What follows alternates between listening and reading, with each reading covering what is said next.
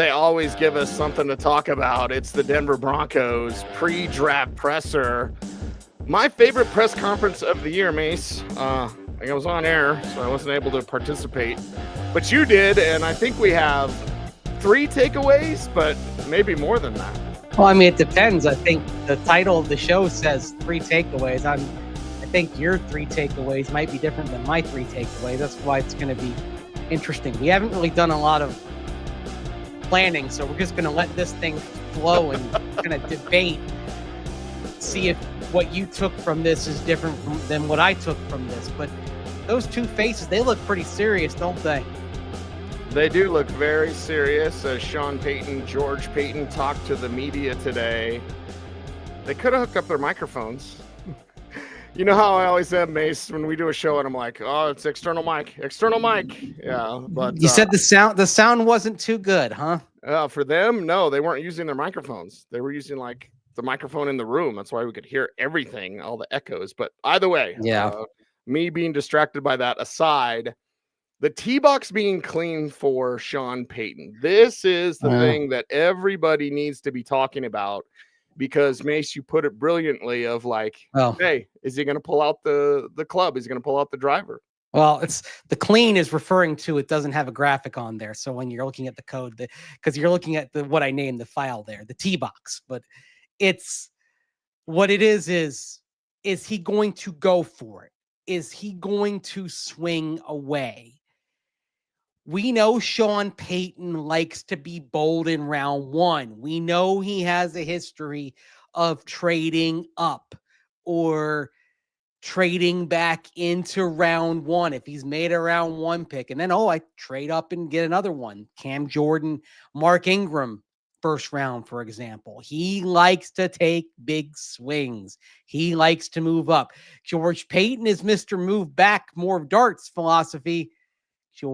That's George Payton. Sean Payton likes to take the big swing. And so the question came from Troy Renk of the Denver Post, making the golf analogy. And Sean Payton gave this answer, talking about the driver and big swings and all that. Yeah, we're on the tee box. I respect and I like the question. And we can't be afraid of talking about our goals and where we see this team, and especially coming out of free agency. And I probably, more than any other average to below average handicap golfer, am guilty of hitting a driver when I should be hitting another club. So that's in relation to the off season in terms of how close are they? He was asked, like, you made the moves for Dre Greenlaw and Talanoa Hufanga and Evan Engram. And so you've made those moves. Where do you stand now? And does that kind of shape what you're going to do in the draft? Do you pull out the driver and go for the green? Are you going to be Roy Tin Cup McAvoy? Can you make it over the water? Can you reach that green in 2? Do you pull out the driver? The pulling out the driver move, I think we all know what that is. It's what we talked about yesterday. It's Ashton Genty. Pulling out the driver move is trying to move up and get Ashton Genty. I love it, Mase. Yeah. I love it. That's what I want. And the thing about the tee box is that Sean Payton said we can't be afraid to talk about our goals. Yeah. Inside that building, they don't think they're a wild card team. Inside that building, they don't think they're a plucky playoff chances. Inside that building, it's my belief that they believe they can go to the Super Bowl. Well, not only that, inside that building, they feel like if they go to the wild card round and lose, they feel like that's a failure. What was good enough last year isn't good enough this year. Yep. That's top down. That's coming from Greg Penner. Yep.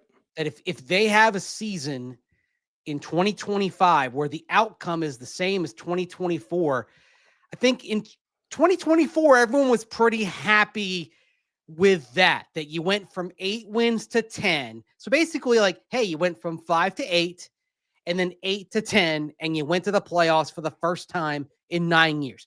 That's good. You're making steps forward. If you don't make another step forward this year, it's going to feel like a failure. Mm-hmm. So, similar outcome, unacceptable. You have to keep climbing the ladder. What's going to get you closer to that goal, or get you to that goal? What's going to do it?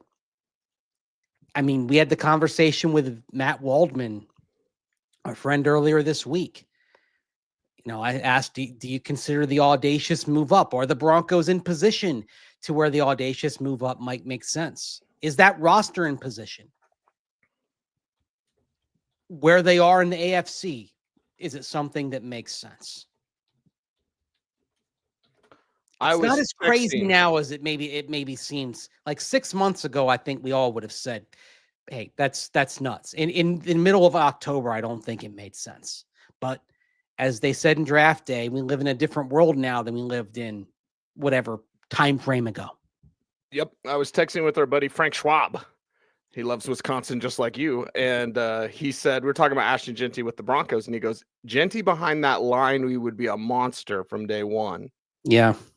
Because Frank knows that line's good. They're damn good. And if they had half a decent ground game, things might have been different last year. It's the one thing I disagree with Matt Waldman about. He didn't really like the Broncos offensive line. I didn't have a chance to kind of push back on that. Yeah, he's writing 2,000 pages on skill position players. I'm going to give him a break on that one. Yeah, but behind that offensive line that was, according to ESPN Analytics, #1 in the league in run block win rate, behind that offensive line, Ashton Jeanty would be astounding. Of course, if it's not Jeanty, if it's Omarion Hampton, I think Omarion Hampton behind that offensive line is exceptional too. So, is he a first-round graded player? Because Jeff Legwold had the question, Mase. Yes. And now my mind's wrapped around moving up for Jeanty. Okay, I'm totally biased. I want the guy bad. He's the best running back. He's the only first-round graded running back I have. All apologies to Hampton or Henderson or whoever. But when Leggy asks him, like, hey, this is kind of a little thin on first-rounders because it's really deep draft. It's really deep draft. But is Omarion Hampton one of those, let's say, 15 actual first-round graded players? My answer would be no. Do we agree on this as a takeaway, by the way? The number of first-round caliber players. Because this is one of my 3 takeaways. Okay. Is the Broncos and their brass not believing there are 32 round 1 players. Now, there are 2 answers here. So we're going to first play Sean Payton answering Jeff Legwold first. Then we're going to go to George Payton's follow-up here. Because it's important, I think, to listen to both. There's a lot of context here. First, here's Sean Payton answering the question from Jeff Legwold of ESPN, asking whether there are 32 round 1 caliber players or if it's a number less than that. Look, I think we would agree with that. And look, in normal years, there's usually X amount of this, X amount of that, when you look in the first 15 picks. And I think that maybe it's a little bit more highlighted by that early 17 picks, but it's just depending on the team. And so, look, it's good to be picking 20 then, if that's the case, because I think, we've all heard and read, I don't, depending on where you're at and what you need, there is a point where we feel like, we can get a similar player at this portion of the first round that you might be able to get maybe 7 picks up, and you might be able to get 7 picks into the second. And I think our board would reflect a little bit of what you just asked. Okay. By the way, I will also say this. It's always an interesting exercise to say, okay, how many round 1 caliber players do you have in a given year? Because to me, if you're doing this over 10 years, and you don't average out to 32 first-round picks a year, you're doing it wrong. Like, I think there are people who do this that if you went through it over 10 years, they would average 20 round 1 picks a year, which tells me you're not doing this right. You need to, if you do it for 10 years, you need to have somewhere around 320 first round caliber picks. Otherwise, your system's off. That's my take. Well, the Broncos seem to be agreeing with Leggy there. Yes. And Leggy's pretty notoriously tough on his grading. Yes. We've had some conversations about Bo Nix before last year. So, you know, he had Nix way down. Yeah. Way down. Now, the thing is, there's a quarterback premium. So, yes, this is another thing.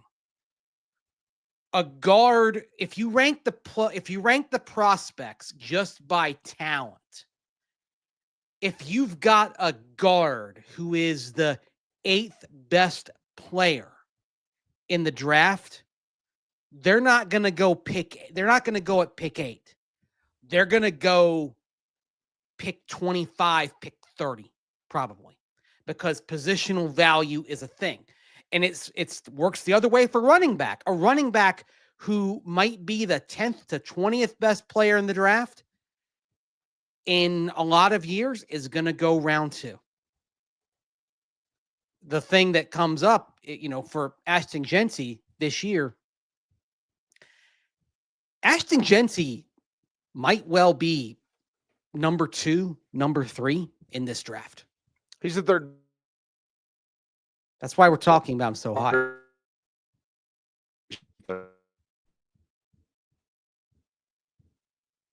Yeah. You there, Mase? You blinked out for a little bit.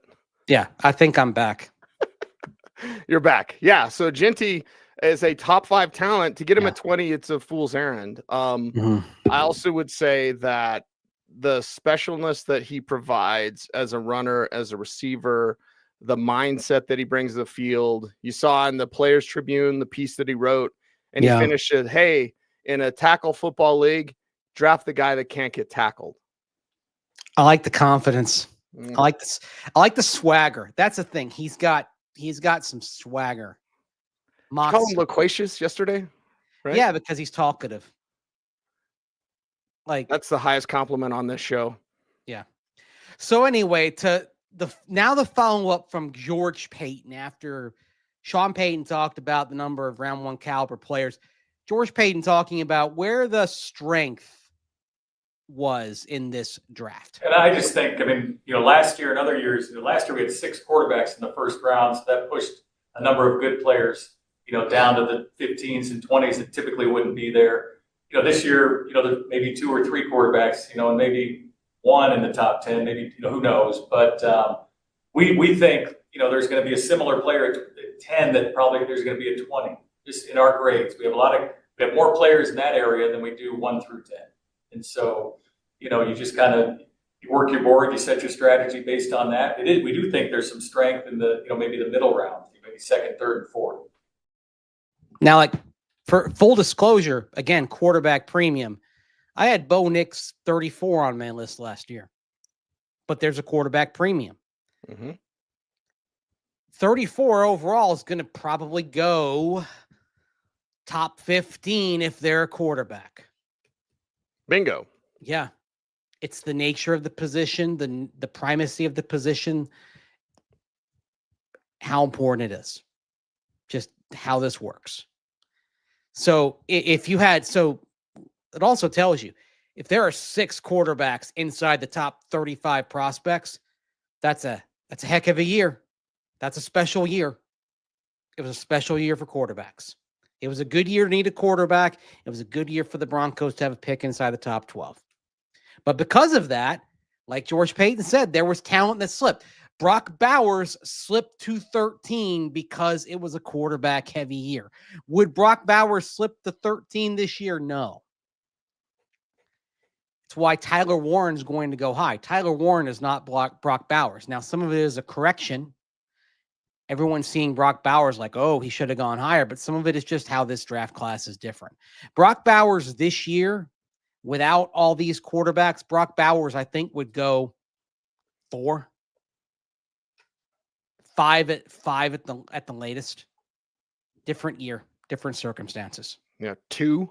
Yeah, maybe. Last year he should have been in the top 5, but the quarterback bump led to him falling to 13. Don't expect that to happen. Yeah. And with Warren, it just depends on if the Jets have Mbu at 7, because they will take Tyler Warren at 7 if Mbu's gone.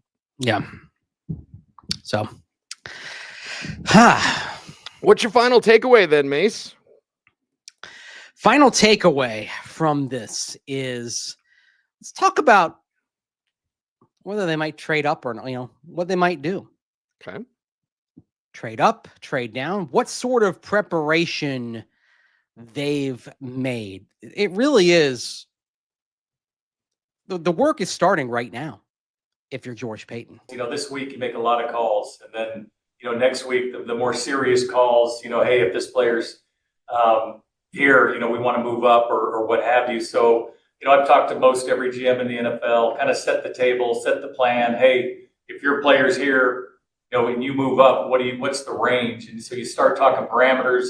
I would say it gets more serious next week, and then really draft day. Sometimes maybe you haven't heard from a team, and someone's just, they really want to come up and they're aggressive. Their players there, and so I would say, this week, next, and then draft day, all 3. The work's already done, basically. The groundwork. You see Sean Payton's look when George was talking. He was just like, "Don't show emotion. Don't show emotion. Don't show emotion." He was trying so hard to keep that poker face. Whew. He knows all that's been done. He knows all that's been set up. Can't say a word. I got a feeling, Mase. Maybe it's too much caffeine. I don't know, but I got a feeling this team's on the move. And it's not down, by the way. Up. You think it's up? I think it's up. I don't even think you can set it and get Hampton at 20 now. Yeah.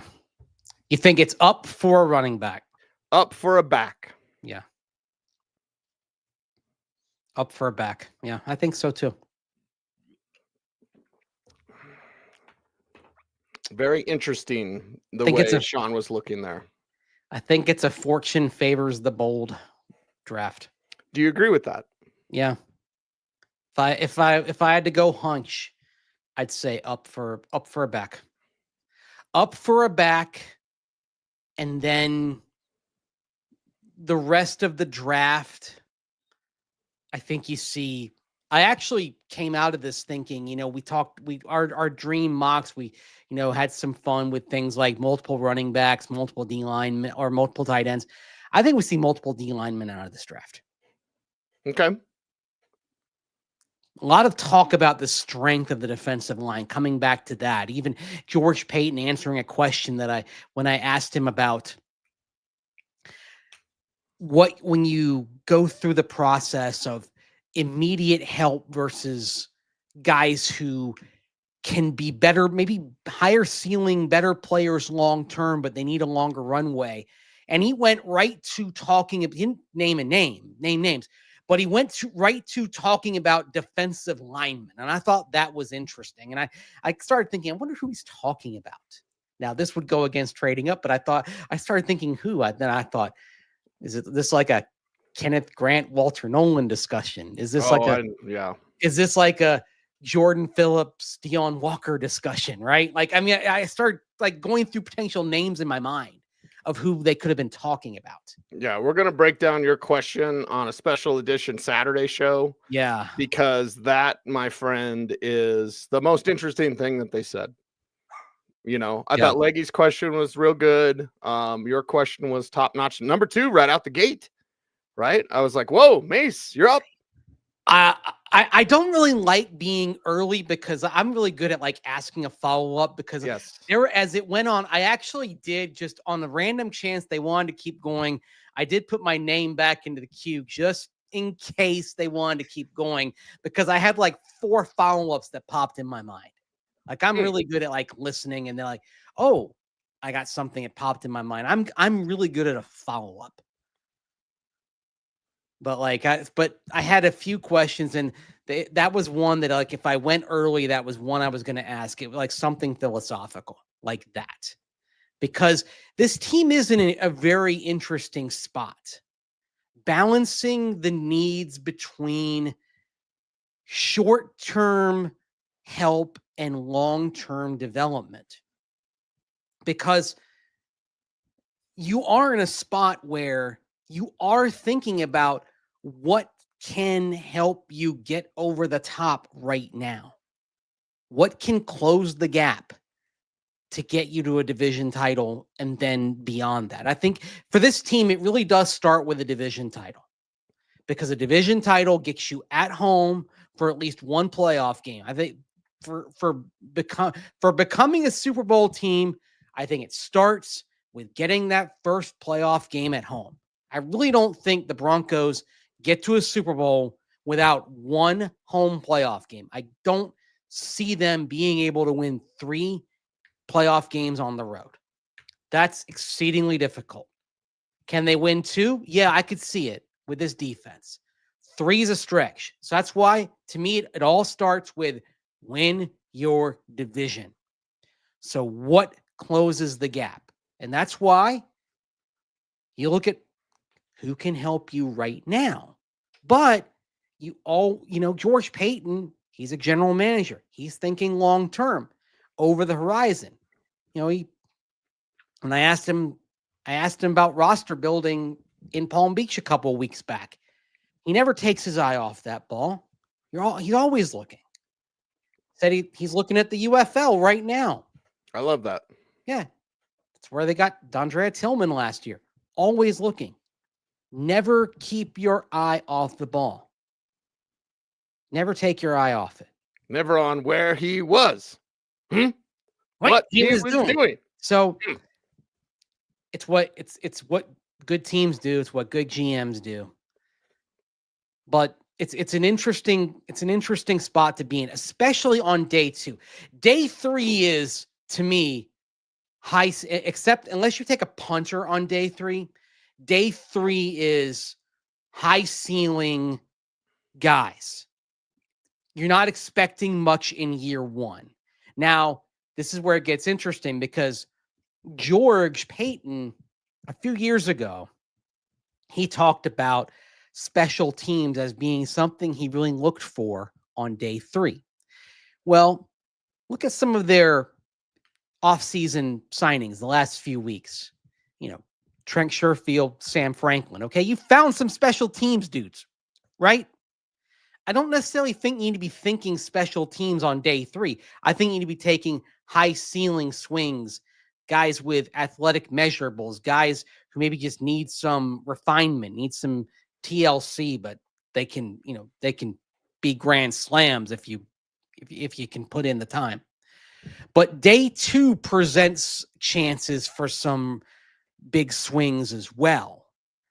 And you have a roster where maybe you don't have to force guys out there early. So you have a luxury here where, say, a 3rd round pick doesn't have to play right away. So that's where, again, you can say, all right, a Deion Walker, who really does project as a 3rd round pick. You said Tyleik Williams yesterday. Love him. Yeah. He's probably not exactly ready to go and play a lot of snaps just yet. No. But exceptionally high ceiling. Yeah. Walker, same thing. Phillips maybe even more ready than those two, and he's a 3rd round pick. That's why I think it's interesting. Phillips is more ready to go right now than Walker or Williams. That's why it's so fascinating if you're the Broncos to kind of what you're looking at. To go, and let's go to tight ends, okay? Day 2 tight ends. Mason Taylor is more ready to play right now than Harold Fanning Jr. or Elijah Arroyo. I'd say Terrence Ferguson probably more ready to play than Arroyo or Fanning. Yes. Who's got the higher ceiling, though? I mean, Fanning and Arroyo, their ceilings may be off the charts, but they're longer runway players. But you can take your time because you just signed Ingram. Evan Ingram opened up some horizons for what you can do in terms of the types of tight ends you can pick. But at the same time, are you thinking right now, or are you thinking 1 or 2 years down the line? It's an interesting debate. It really is. Like it really, you might have some knockdown dragouts in that draft room over the next 7 days. I like it. It's something we'll further expand on a special Saturday edition of Orange and Blue Today, because we're some chatty blankety blankers, Mase. But before we're out of here for today's show, how can folks help us out on YouTube? Like, comment, share, subscribe, hit that notification bell so that you never miss vid. That's right. He's Andrew Mason. You follow him on all the socials at Mase Denver. I'm at Cecil and Mase saying OBT's BFD. Thanks for watching. Stay tuned. And did my voice crack? Stay frosty.